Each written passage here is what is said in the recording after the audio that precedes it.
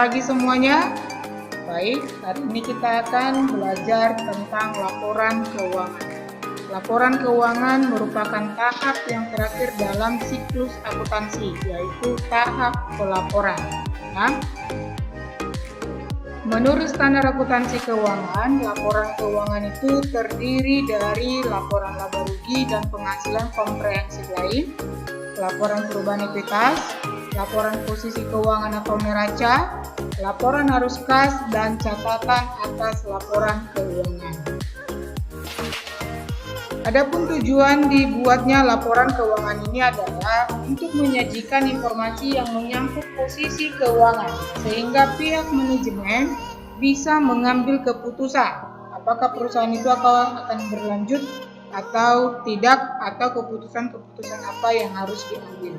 Jadi penyusunan laporan keuangan itu sangat diperlukan. Nah, dalam perusahaan jasa kita akan menyelesaikan 3 jenis laporan keuangan. Yang pertama, laporan laba rugi, yang kedua, laporan perubahan ekuitas, dan yang ketiga, neraca. Ya, kita masuk ke topik pembahasan yang pertama, yaitu laporan laba rugi. Laporan laba rugi ini adalah ringkasan dari pendapatan dan beban.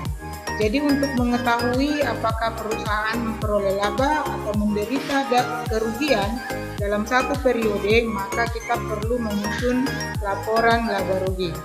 Komponen dari laporan laba rugi ini adalah pendapatan dan beban. Jadi selain apapun pendapatan dan beban tidak kita catat di dalam laporan laba rugi. Laporan laba rugi terdiri dari 2 bentuk. Yang pertama bentuk single step dan yang kedua bentuk multiple step. Dikatakan bentuk single step karena laporan keuangan ini tidak memisahkan antara kegiatan operasional dan kegiatan non-operasional. Jadi pendapatan operasional dan non-operasional digabung, begitu juga dengan beban operasional dan non-operasional juga digabung. Maka disebutlah dia dengan bentuk single step. Boleh kita amati pada contoh laporan laba rugi berikut ini. Bentuk yang kedua adalah multiple step. Multiple step terdiri dari operasional dan non-operasional. Jadi ada pemisahan antara pendapatan operasional dan pendapatan non-operasional. Begitu juga dengan beban, ada beban operasional dan beban non-operasional. Melalui pendapatan operasional dikurangi dengan beban operasional diperolehlah laba usaha operasional. Nah, sebaliknya dengan pendapatan non-operasional dikurangi dengan beban operasional diperolehlah laba di luar usaha.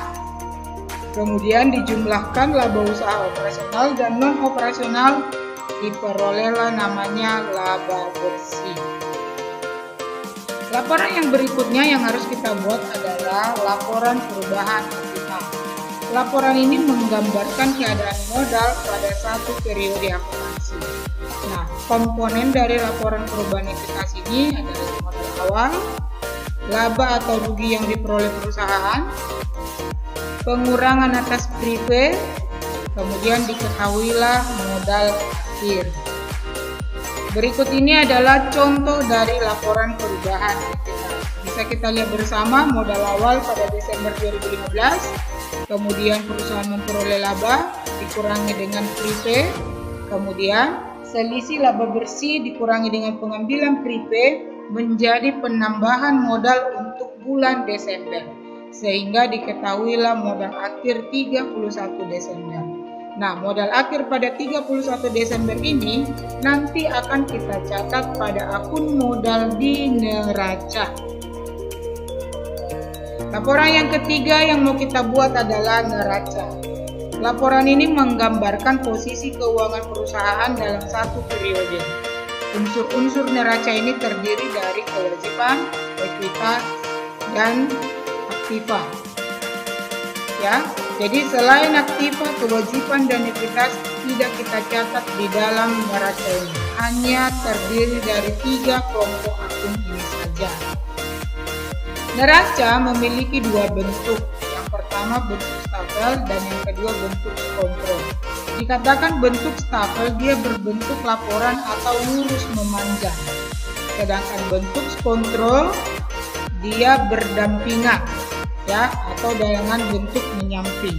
Nah, kita lihat di sini, kita amati bersama komponen atau unsur yang ada di dalam neraca ini. Ada akun aktiva, ada akun kewajiban, dan ada akun ekuitas. Nah, modal yang dicatat pada neraca ini adalah modal akhir pada laporan perubahan ekuitas. Ya, itulah jenis-jenis laporan keuangan pada perusahaan jasa yang akan kita susun untuk pertemuan selanjutnya.